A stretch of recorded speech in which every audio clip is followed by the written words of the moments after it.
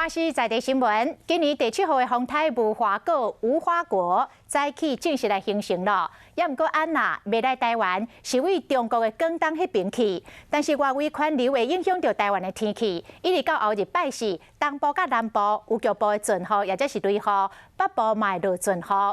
全台湾过头的雷公雨会落搁较大哦。另外，这个周末会改透这个西南风，雨会落愈大。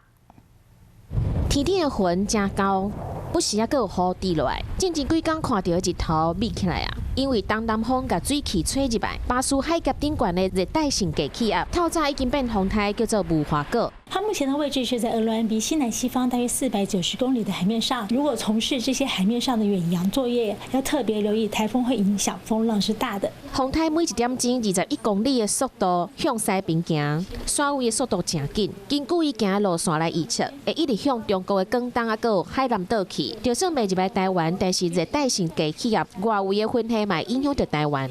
在第7号台风的外围环流影响之下，迎风面的东半部地区以及南部地区，整天断断续续有一些短暂阵雨或雷雨的几率。中午以后的降雨，中午以后预计中南部地区有机会出现局部性的大雨。 气象局提醒讲，拜四进前，东部、南部规港拢有雨，北部嘛有沙沙雨，尤其中昼过了后，全台湾拢有西北雨，中南部嘛要注意，可能瞬间破大雨。拜六开始，当西南风，水汽会变较济，雨线雨满，准备好。